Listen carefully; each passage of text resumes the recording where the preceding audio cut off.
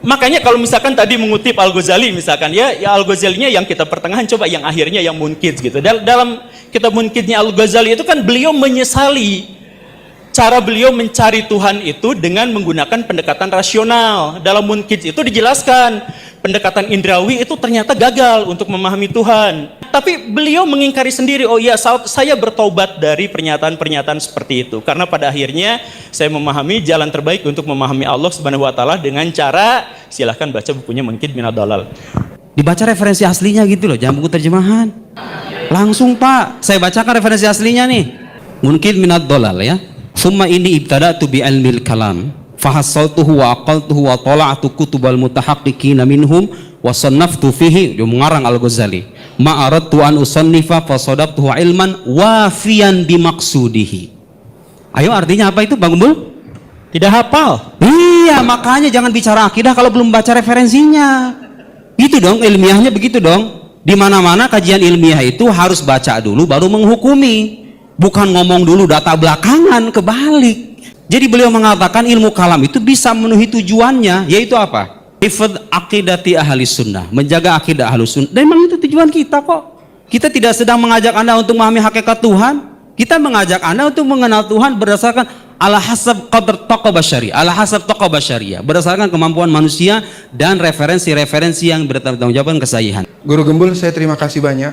YouTube Antum itu membuat saya lebih pintar. Tapi jujur, hari ini saya merasa bodoh banget. Gugur semua yang saya pelajari di pesantren.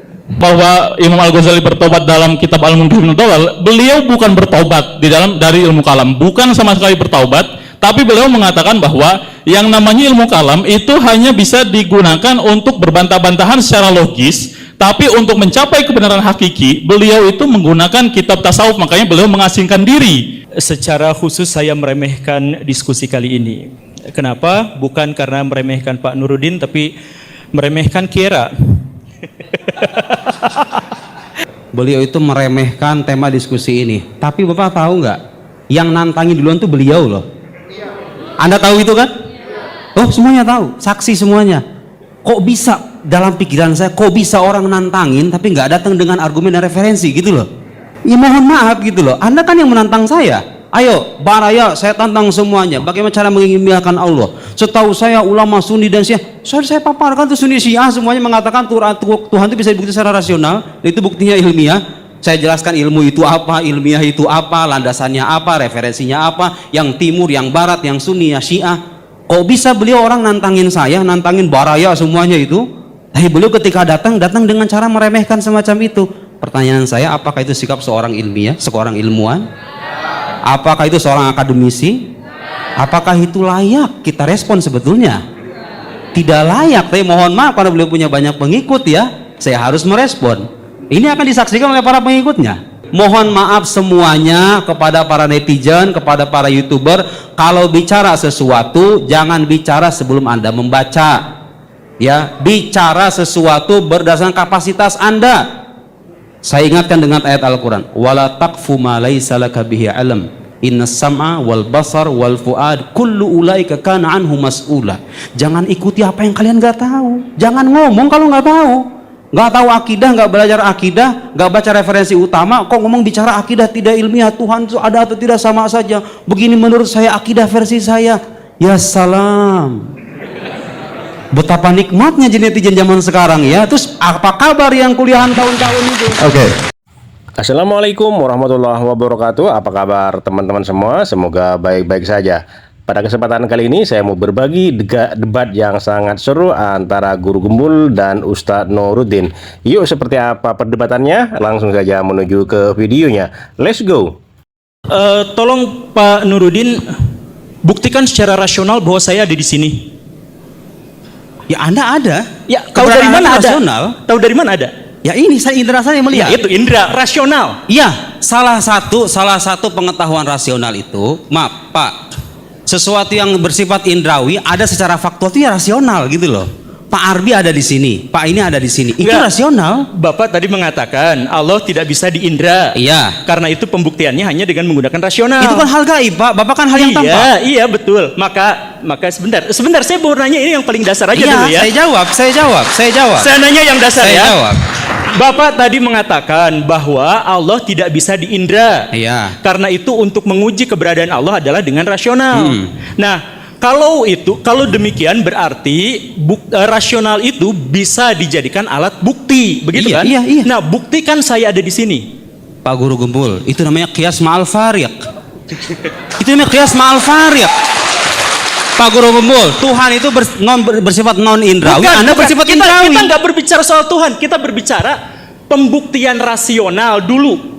Pembuktian rasional dulu. Iya. Buktikan saya ada di sini secara rasional. Iya, satu, secara indrawi saya melihat Anda ada di sini.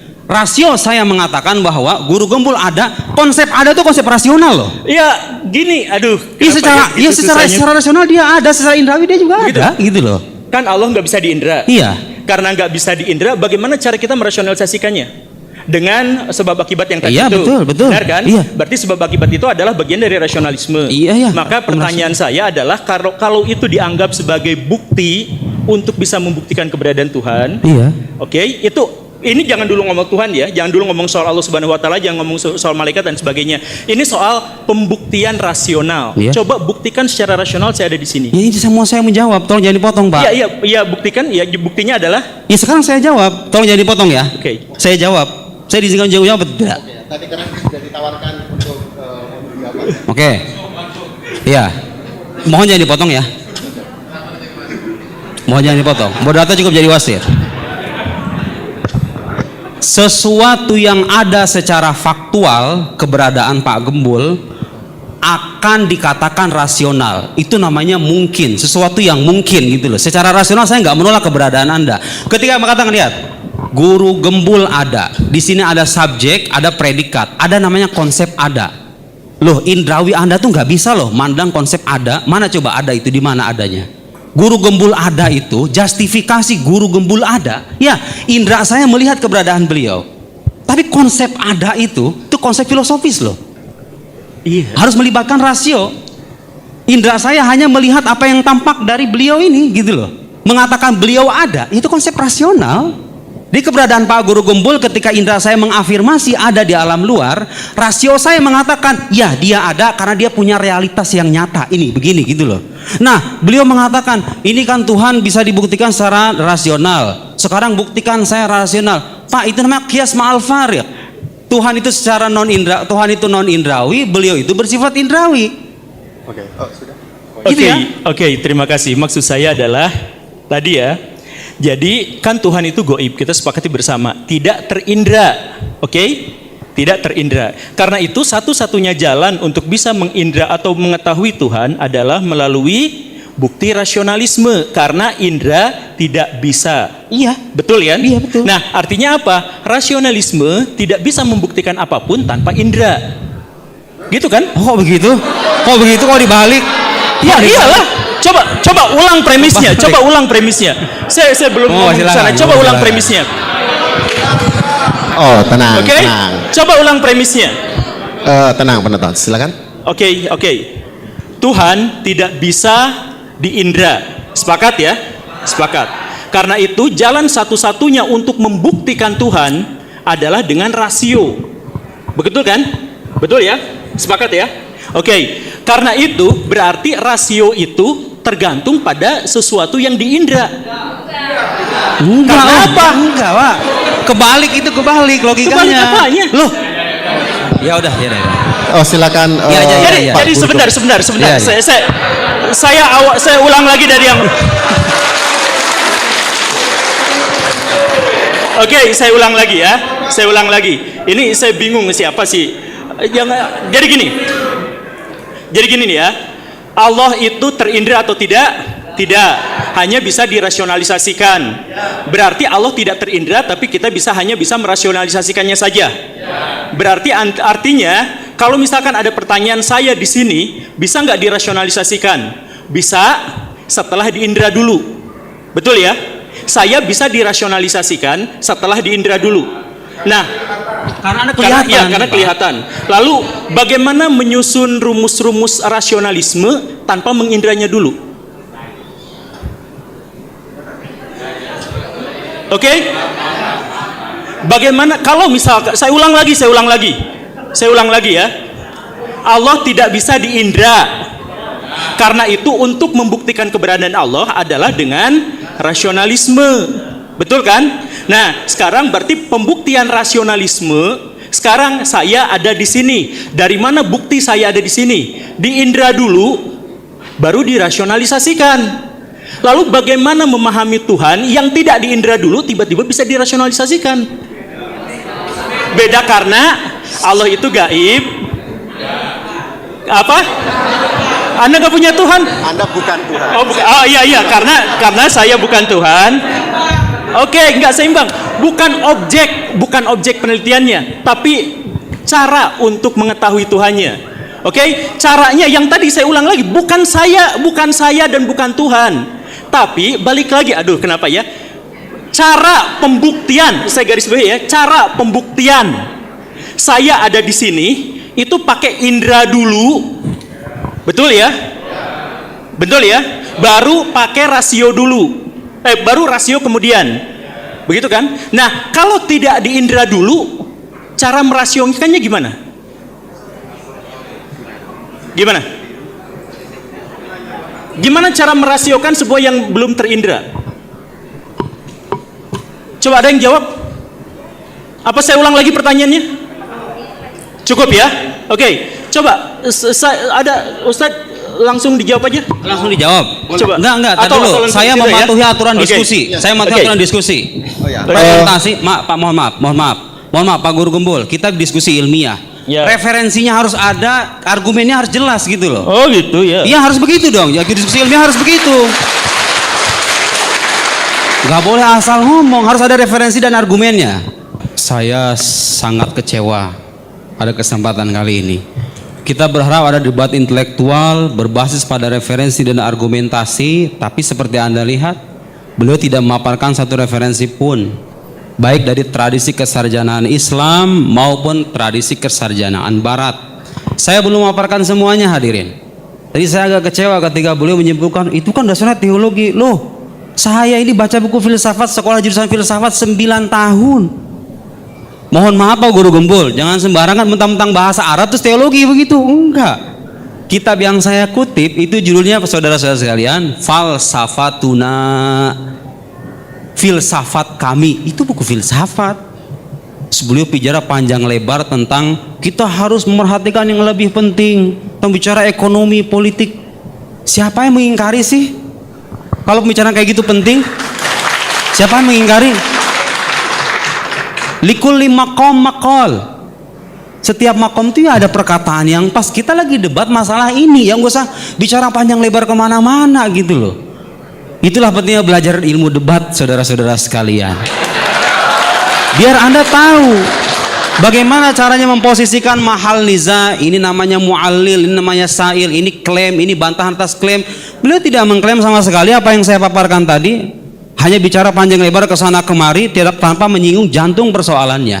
Saya tadi mengatakan, ini kita lagi bahas akidah Islam itu bisa enggak dibuktikan secara ilmiah. Dari tadi saya ngomong itu, Pak. Jangan dipotong, jangan dipotong. Kita bukan netizen, mohon maaf. Kita lagi belajar di akademisi gitu loh. Tolong kita jaga adab intelektual ya. Nanti ada Bapak sendiri ada bagiannya. Kemudian beliau bicara tentang Al-Ghazali. Al-Ghazali katanya bertobat dari ilmu kalam. Pak, coba baca langsung bukunya. Perlu nggak saya bacain Al-Munki Minad Dolal? Kasih saya satu ungkapan Al-Ghazali mengingkari keabsahan ilmu kalam secara metode keilmuan. Al-Ghazali imamul mutakallimin. Al-Ghazali imamnya para teolog gitu loh. Nah, lihat sini.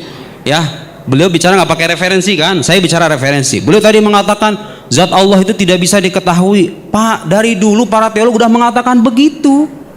Jangankan para teolog, Nabi pun nggak tahu hakikat Allah itu. Dan itu tidak mengenai keagungan Nabi loh ya. Kenapa? Karena kalau hakikat Allah itu diketahui, Allah terbatas dong kalau begitu. Jadi semua teolog sepakat hakikat Allah itu tidak diketahui. Tapi itu tidak berarti menghalangi kita untuk memahami dan mengenal Allah melalui sifatnya, berdasarkan metode rasional yang kita pahami dan wahyu yang terpercaya. Oke, beliau nggak pakai referensi kan? Saya pakai referensi. Dari mana itu ungkapan? Oke, ini namanya kajian ilmiah kayak begini nih.